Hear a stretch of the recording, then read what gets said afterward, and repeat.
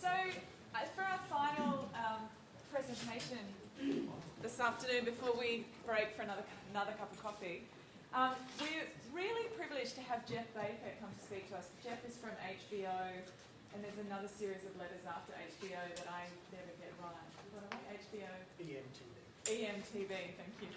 But Geoff has a really interesting background. And I was going to say quite a long time ago now. Yeah, that's fine. That's fine. Geoff worked on the Times Square redevelopment in New York before John Choi, who is working with us, of course, was developing the UPN. John Choi, when he first left Hassel, or in fact, I think even before he left Hassel with Thai Repair, one of the partners in Choi Repair Figuera, won the Times Square competition for the TKTS stand. Billy, you guys probably know more about it than I did. Yeah. So Geoff worked on the Times Square redevelopment and the reorganisation and renegotiation of the stakeholders before that project happened, didn't you? Yes. Yeah. So that took quite a long time. Yeah, and I guess I knew that this was a big project and it was a very interesting negotiation of stakeholders given the context that we're working in, and I saw a profile on Geoff and thought we have to get Geoff in to talk to us. It turns out Geoff also worked on Llankelly Lane in Potts Point, which I'm really interested to hear about as a resident. So yeah. Oh, me too. Yeah. So thank you, Geoff. Thanks so much. Well, you're very welcome. Thank you, Marcia. It's a pleasure to be here. We're very casual, so feel free to sit down. But I like to stand in the way, because it's kind of easier, I think. Does it work with the microphone, though? Can you all hear me back there? Only just. Okay. Do you want to pick the microphone up? You can take Well, I've got the pointer as well, so it's okay. I'll sit down. It's fine. You don't mind if I sit down? Better that you can hear me, I think. How's that? Is that better? Good. All right. This is a two-course meal, and I think start with the appetizer of Llankelly Place, which is close to home, and then move on to Times Square. I don't know how many of you know this part of King's Cross, but this is Darlinghurst Road, which is the main strip of King's Cross, and this is Llankelly Place, which is a laneway that runs from Darlinghurst Road down to Orwell Street. Now, I did this project when I was working for Connie Bear Morrison, and it was then South Sydney Council. And we did a master plan for the whole area, including these other portions of the precinct. But the only part that actually went ahead was was Llankelly Place and this piece here. Do you want to? Yeah. Thank you. Just fairly briefly, from a design point of view, because I think it is an important thing to point out. This laneway originally, and from talking to people who've lived in the neighbourhood for many years, was considered quite dangerous, as were other parts of King's Cross. But it also was obviously a converted vehicular laneway. It had a curb along each side with a very small amount of, you wouldn't even call it footpath, and then the street in the middle, which had the usual profile of being a curved street. The big design move here was to turn that around completely and to create this kind of a street, which is more like you would see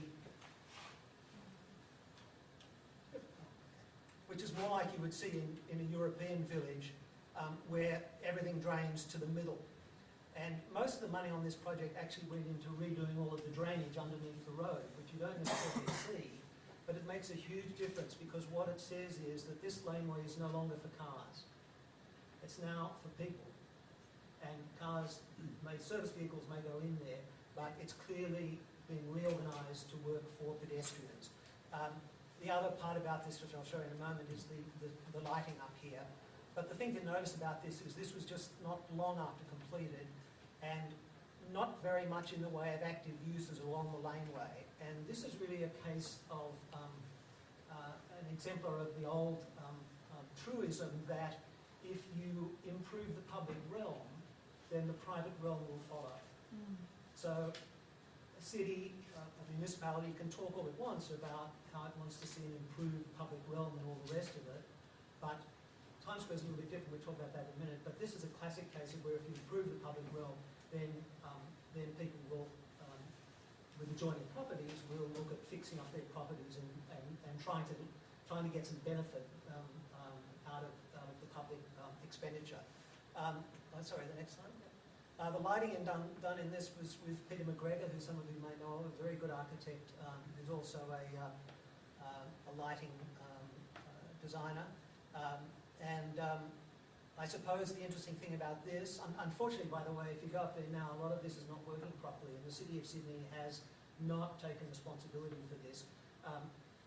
South Sydney Council was abolished some years ago, and this part of what was South Sydney Council has come to the City of Sydney. And for some reason, they're not maintaining this, and it's very unfortunate. But anyway, in terms of stakeholders, really the only people who got very involved in this, apart from us and the council, were some of the residents in these upper levels here who were really terrified that these lights were going to compromise the amenity of their apartment. They'd have a flashing neon sign outside their living room window. The shape of this, in part, being perpendicular to the laneway and edge on to the adjoining buildings, was partly to try to alleviate that problem. We didn't have a lot to do with negotiating this with the residents. The council did that work, but they were able to get things to a point where people accepted it. And I think once it was accepted, there was, it really wasn't a problem. It's often the case with these things that people are very fearful before something happens, and once it happens, they find that it's not so bad after all. And that's about explaining to people what it really is, and trying to not let rumours and unsubstantiated stories and claims, letting those run without trying to counteract those. It's very important to counteract those with factual information. So if we go to the next slide, when this started, not long after it started, we got a bit of stuff happening, but not very much. There was also a very soft side here, and that got redeveloped. You can see we've still got uses that a lot of people would regard as pretty marginal, the happy hockers and ecstasy adult shop and tattoos and all the rest of it. So it took time for this to happen. If we go to the next slide, you'll see again this abutting property here, a very kind of neglected, substandard property with an old IGA supermarket in it, really kind of terrible. Now, it was about 3 or 4 years ago, I think, that the next thing that happened. If you go to the next... Oh, I'm sorry, we'll come to that in a moment. But just to keep that in mind as what happened within a couple of years after we finished actually upgrading the lane, but with this still sitting there in the middle of it as a kind of sore thumb.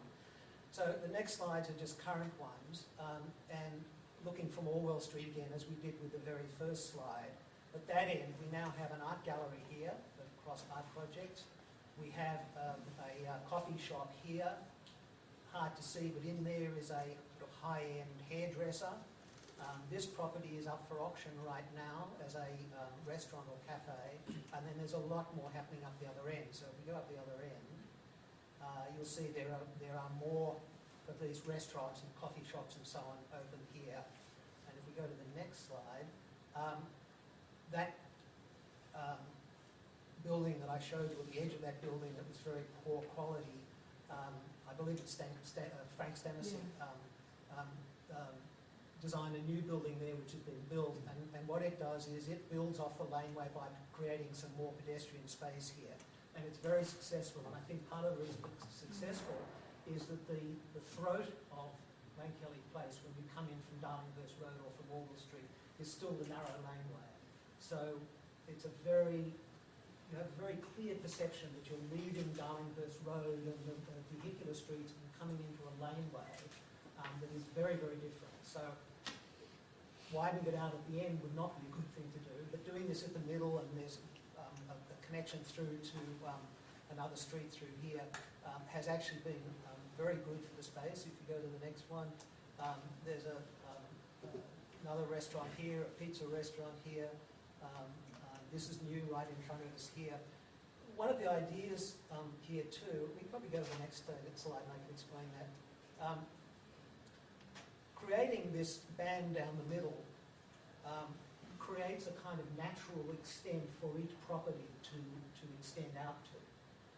Now, you couldn't have two properties obviously extending because there'd be no way to walk through. But so long as there's passage through, I think the city's been fairly relaxed about saying well, you know, you can come to that kind of line in the middle, but you really can't go anywhere beyond that.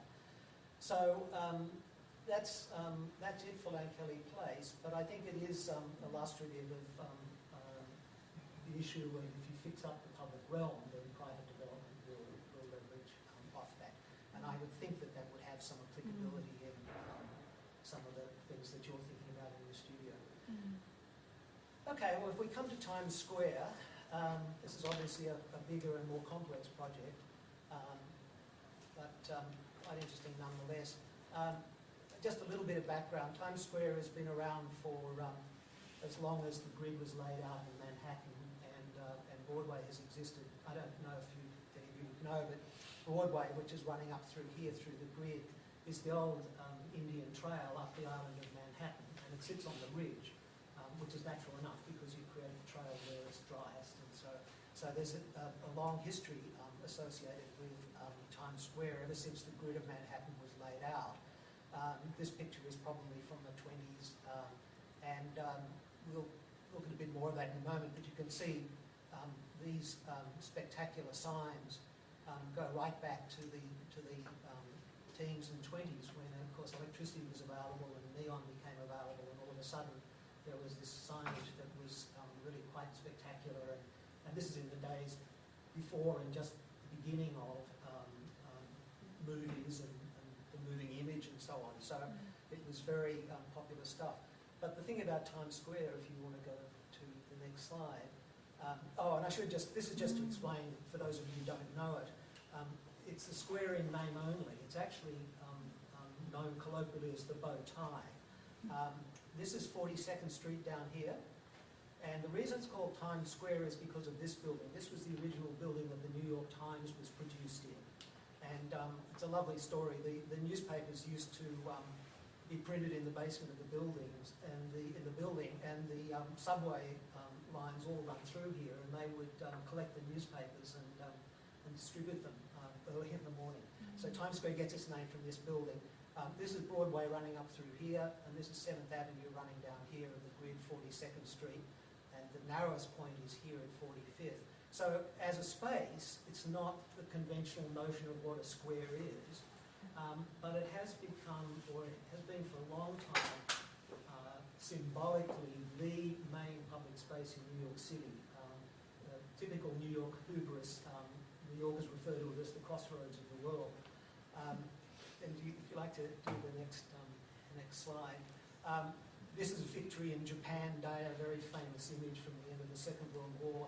So when people wanted to celebrate or whatever, Times Square is always the place they would go, notwithstanding other major public spaces in the city. Somehow Times Square has always held that special character.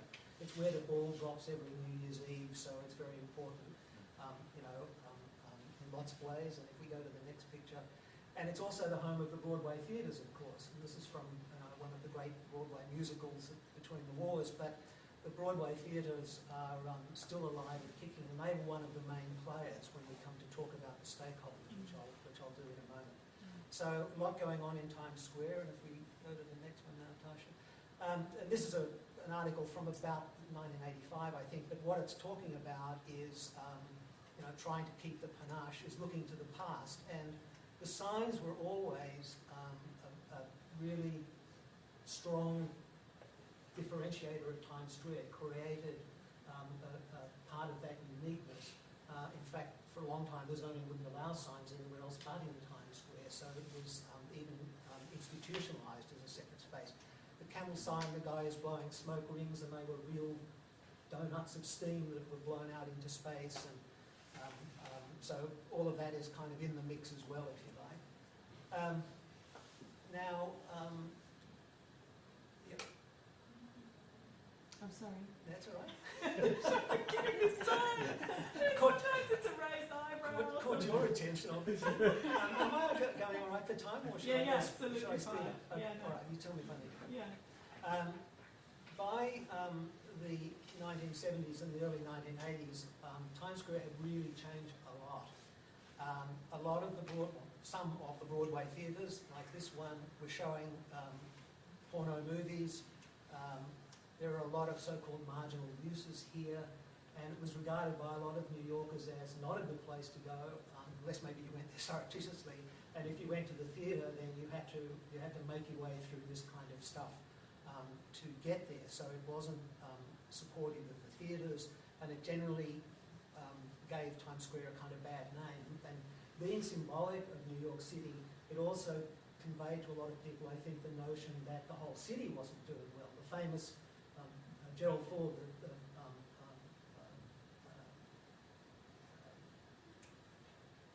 the president of the US famously said to New York, drop dead in terms of additional financing from the federal government. So the symbolism was very bad in this. If we go to the next one, there's also a lot of petty crime. This is the famous three-card Monty. If you ever go to Times Square and you don't mind losing $50, then give it a go, then you certainly won't win. All of these kind of marginal, they'd have lookouts on the corners, so that as soon as the police came, they just disappeared, leaving cardboard boxes behind. We were out doing studies of the ground floor uses and so on, and we were continuously propositioned by prostitutes, and this would be in the middle of the day. It was really pretty amazing. So, a lot of people felt it was time for things to change, but if we go to the next slide. Oh, and just to point out again, the signs, however, are very interesting and remain very interesting, particularly where they're layered like this. But what you'll see is that, apart from the Coke sign, most of them were Japanese. And that was another thing that people weren't very happy about. That was the time when the Japanese economy was absolutely booming, and it was almost like having that rubbed in people's face. So that was kind of an interesting thing as well. We go to the next one now, which is the one I was thinking of. This was one thought about what to do about Times Square. And these towers are designed by Philip Johnson, who some of you may know of, and famously declared by Herbert Mouchon to be the greatest architect since Michelangelo. He and some developers down at the bottom end of Times Square put this forward as a proposal for what to do about Times Square. Not surprisingly, it's interesting, you know, some architects, I guess, can embrace diversity and richness and change. Others, it's just abhorrent to them. They just can't even abide the notion of it. And needless to say, a lot of people who are not architects, and some architects as well, were really pretty horrified by this. So the alarm bells sort of went off. And this was very close to being approved at the New York City Board of Estimate, and it was quashed very much at the last moment, partly because the people opposed to this got a lot of well-known New Yorkers with a lot of clout to sort of call up the mayor, who was Ed Koch at the time, and say, hey, Ed, you just can't do this to Times Square. So that was one thing that was happening. Another thing that was happening was that East Midtown, this is West Midtown in Manhattan. East Midtown was pretty much built out. There were no big sites left for development in East Midtown, but there were quite a few in Times Square. I think because the area had fallen into such disrepute, developers just weren't interested in building a new building there and hoping it would somehow be okay in terms of market acceptability. So there were a whole string of very large sites around here, not to mention the sites down here, but our study initially was from 43rd Street up. So there were a whole series of sites there that were obviously land prices were relatively low, and they were sort of ripe for the picking for developers. So there was a lot of interest from the development community in being able to do something here as well. And there was also the prospect of the density being downzoned in the next 2 or 3 years after this study started in about 1985. So that gave the developers a push to want to get in before the lots were downzoned. The black you can see are all Broadway theatres, and one of the things about zoning in New York City is it says that if you have a landmark theatre that's only using a small proportion of its permitted floor space, you can transfer that to another site, which is called transfer of development rights, but in New York City you can only do it to an adjoining site. So that made these sites very attractive because a developer could buy air rights from the theatres, build a bigger building, and it worked great for the theatre owners because they got to realise some of the value of their unused air rights. So there was another game being played out, if you like, between the theatre owners and the developers. The theatre owners are very different to the actors and the writers and the performers and the wig makers and the costume makers and all the people who are actually involved in delivering the theatre. That's a whole different thing. They were worried that Times Square was being changed out of recognition, that rents would go up, they couldn't afford, the ones who were there as where the place of work was, they wouldn't afford to be there anymore, and that everything was heading in the wrong direction in terms of supporting good quality theatre. The theatre owners were more complicated. I'm sure they wanted good quality theatre as well, but they had their eyes on this real estate value. So they became a major player in this as well. At the same time, with those Philip Johnson buildings appearing and other rumblings about what was going to happen in Times Square, an organisation called the Municipal Art Society got mobilised. The Municipal Art Society is one of these good government groups. It's existed in New York for probably more than 100 years now. And it again has very influential people who belong to it, and it's quite well funded by donation and so on.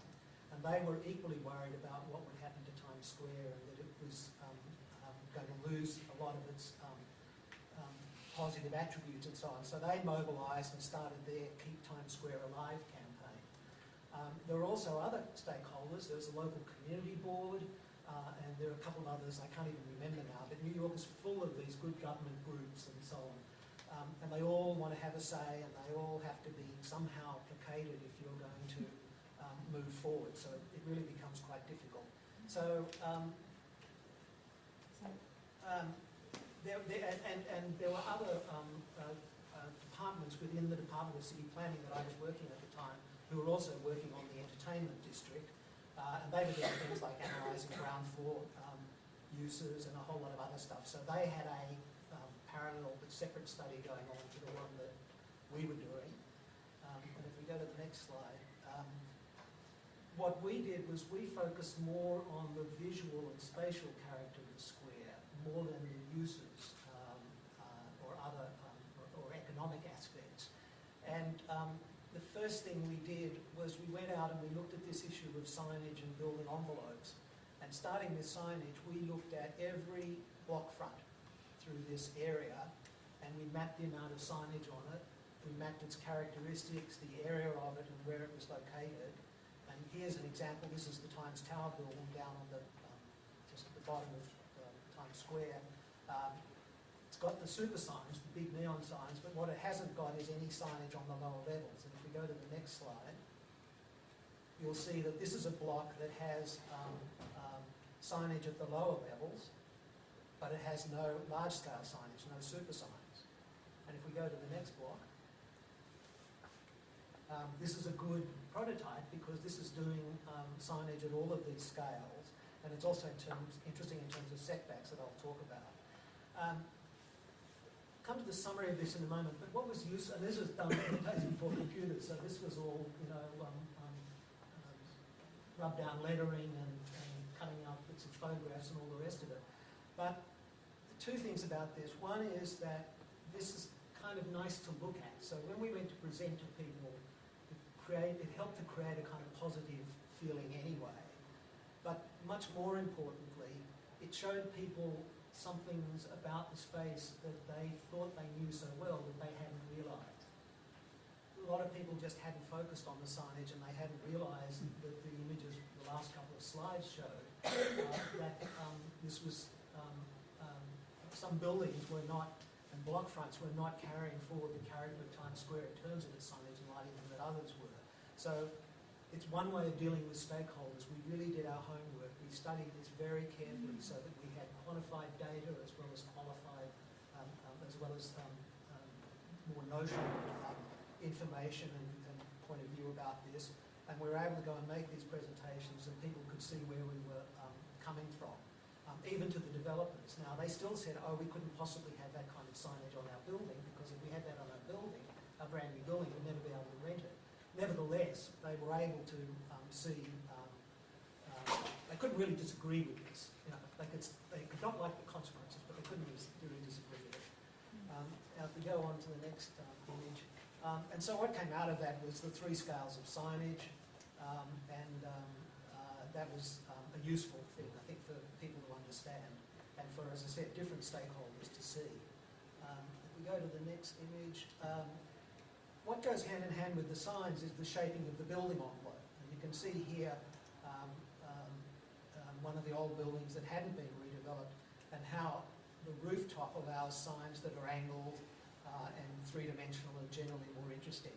And so what we did, if you go to the next image, we also looked at street wall heights and again the arrangement of the signs. And what's very clear is that where you have the lower street wall heights, lo and behold, you have interesting signs in interesting three-dimensional arrangements. Where the building is newer and much taller, the signs are stuck flat on the face of the building. So again, getting a base of information together from which to proceed. If we go to the next one, then we came up with a series of controls to try to address these two issues: the form of the building, the shape of the building, and the visual character of it. And I'll just run through these quickly because it's not the most important part of this, but if you go to the next one, Tasha. This is street walls and setbacks, and what we said here was, okay, you've got to have a street wall between 50 and 60 feet high and between 0 and 10 feet back from the property line, and it has to extend for a certain percentage. You can't just do a little bit and say that's my street wall. It needs to extend down the side streets to create a relationship with the theatres. And then we said above that, a tower has got to be set back 50 feet. Now, that may not sound like a big deal, but to a New York developer who was used to a 10-foot setback requirement, that was absolutely horrifying. Now, we were able to show that most of those development sites could accommodate that kind of setback. But we're also interested in flexibility, which is another thing that you need to do if you're going to accommodate a variety of stakeholders. So long as it doesn't adversely impact what you're trying to achieve, flexibility is always a good thing because it will allow people to feel that they have more control, and it will allow things to happen that may be beneficial. One of the things we found was that people who were thinking about hotels came to talk to us, and they said, this is really hard for me to do because, sure, an office building can just be a big blob that's set 50 feet back and from the avenue. This is the avenue, by the way, 7th Avenue on Broadway, and this is the side street. And 15 feet of the side street, and they can do that. But our building is kind of long and narrow, and so it doesn't work for us. So we said, okay, we'll have an alternate that says you only have to set back 35 feet, so long as you set back a much greater distance here, and then go 60 feet back at the corners. So we built in some flexibility, and that came from talking to developers. So our door was always open, and we met with them frequently, as we did with everybody else. And what we tried to do was accommodate what the various groups were looking for, so long as it didn't interrupt or interfere with what we were sort of trying to do. Next control related to uses, and there's something called use group T in the New York City zoning, which is all the active street front usages. We said you can't do a bank or an airline booking office here. These have got to be active uses, and they've got to occupy most of the street frontage, and they can't be wider than 40 feet. You can't have a storefront wider than 40 feet. And then entertainment uses behind that in the base of the building. A further refinement, this talks about the amount of transparency in those facades. So even if you've got those active uses, no good if they're blank walls with the active uses behind them, so there are requirements for transparency. And there was also something that said you could even come a little bit further forward up to a height of 120 feet if you covered almost all of this with signage. So a bit of flexibility again. And finally, the last control was about the signage, and we said you've got to have the 3 tiers of signage: retail signs, mid-scale or business signs, which usually relate to what's going on in the building, and then the big advertising signs. And there are a lot of quite detailed requirements in this because we had to be sure that the developers weren't going to provide something that they would pass off as signage, but in fact it really wasn't in the spirit of what was trying to be done. It's unfortunate that you have to do that, but sometimes you have to do that. We even had a lighting consultant develop a light measuring device, and there's a light meter on the back of the camera where you could go out and hold this thing up and see how bright the sign was. If it didn't meet the brightness requirements, then they would have to redo the signage. And all of this, by the way, was as of right. None of this was negotiation. It was all, if you meet these requirements, then you're guaranteed you can do your building. And that gives you certainty that developers really like. It's one of the problems, by the way, that we have here in Sydney, is that there's lots of grey areas and lots of negotiation, and it just create so many problems. This and most of the zoning in New York City is as of right. If you stay with the rules, but the rules are strictly enforced. I know of a couple of cases in New York where buildings went above the maximum height permitted in the zoning resolution. They had to take the frame of the buildings out to that height. There's no, well, you know, near enough is good enough. So anyway, so there are a lot of requirements around the zoning. So if we continue on with the story, so then we had to go and kind of sell this to everybody, and it was an incremental and progressive process. We did things like this little model to sort of show this is the hotel one that's narrow and comes forward in the centre, to try to show how, you know, this might be able to be done. And again, just generally try to give things a kind of happy, positive, you know, use happy colours, all that kind of stuff. No, it really works. People kind of pick up on that. A little brightness in their dull lives, I guess, but maybe not so dull. I don't know. Anyway. And then it wound its way through the Planning Commission and finally the Board of Estimate. I don't know if this is Mary Tyler Moore. Some of you young ones may not know who Mary Tyler Moore is, but the Municipal Art Society primarily were able to get Kitty Carlisle Hart, Mary Tyler Moore, the guy from The Odd Couple. I can't remember his name, but so they were able to get all these sort of Broadway theatre and movie people, as well as some very substantial kind of New York City matrons, you know, the kind of people that the mayor loved to go to dinner with. They were able to get all these people to roll out, and they had bought into what we were doing. They were very happy with what we were doing. So we've been able to get them on side and then use them as a bit of a battering ram to help get this through the zoning process. In the meantime, though, you've got to understand that the developers were still adamantly opposed to this, and they were following their own channels of communication, which you can imagine what those would be, to get to the mayor to say, you know, Ed, don't do this. This will be the end of West Midtown. You'll never get development there. So the players came out. Again, in the day before computers, but there was an opportunity for the chairman of the Planning Commission to meet with the mayor, which doesn't actually happen that often, and a couple of very senior people, not me. So we did these diagrams, and this shows what would happen under the existing zoning if we hadn't made any changes. And you can see you could go to 150 feet and stick a sign on the building, no requirement for signs down here.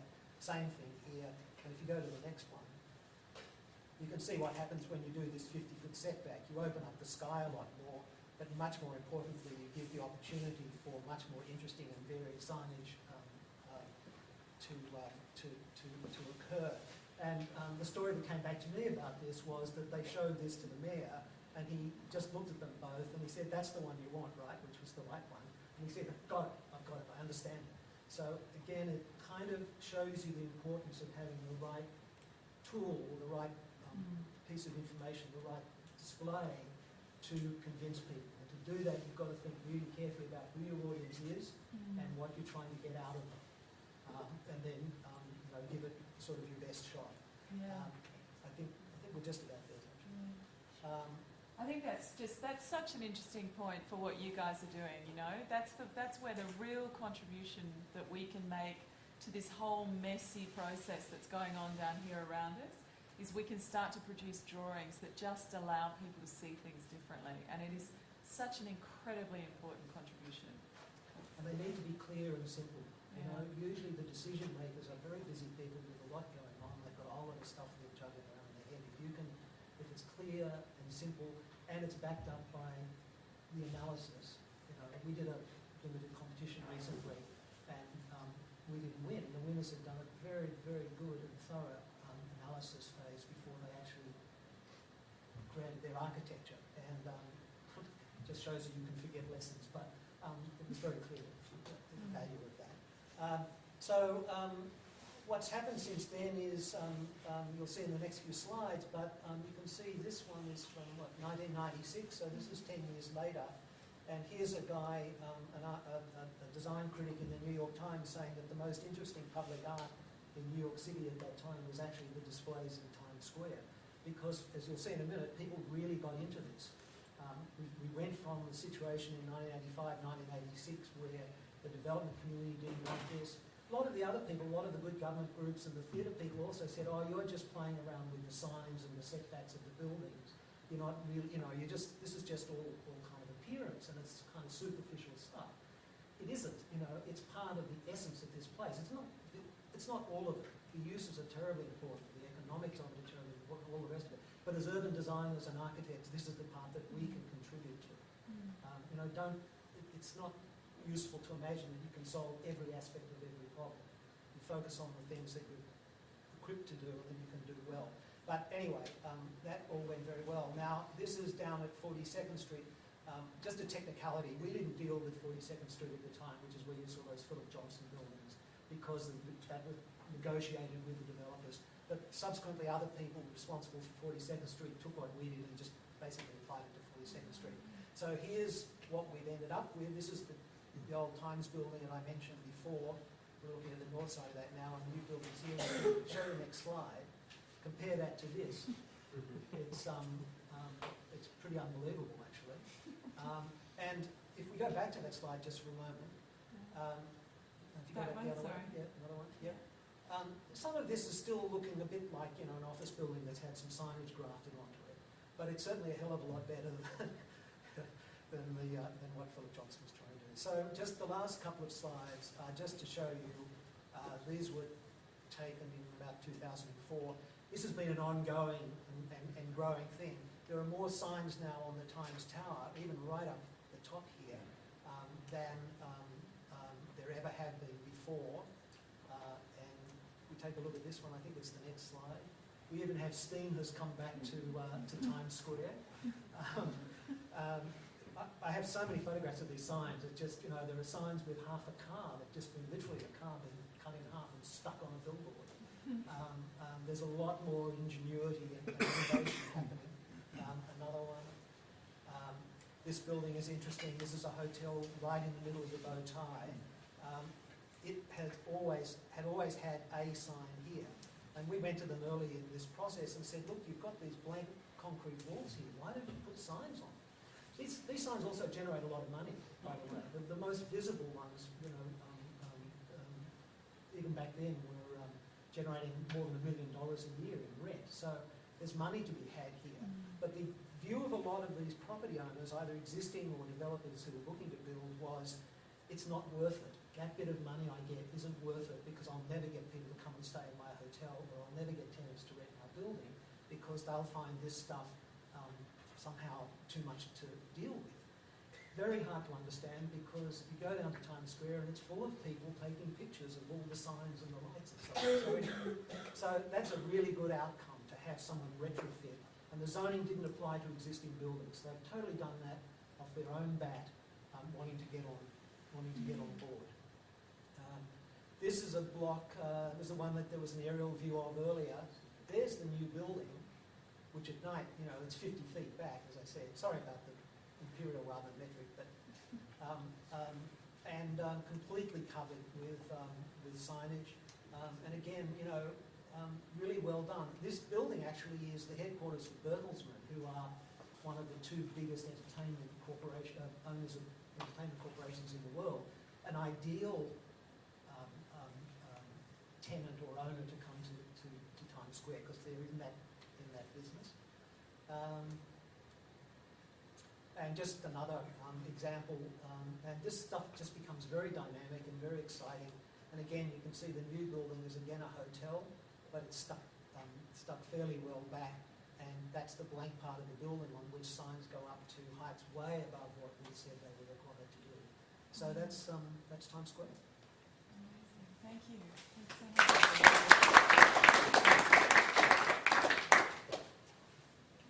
Any questions for Geoff? I know you were interested in the stakeholder negotiations, so I tried to. No, I think it's really interesting. I think it's an interesting demonstration of how design and the drawing and the design ideas bring stakeholders together around a problem. I think that's one of the things that we'll be looking at in sort of different ways. It's got to be soundly based, though. It's got, just to emphasise that, it's got to have analysis and research behind it, because otherwise you stand there and someone says, well, why did you do it that way? Why did you do it this way? And then you're like, well, just because I like it this way or something. That's not going to carry the day. You really need to have some thought process and some work that backs up what you're doing. And then people can see the logic of it and they go, okay, I get it, I see what you're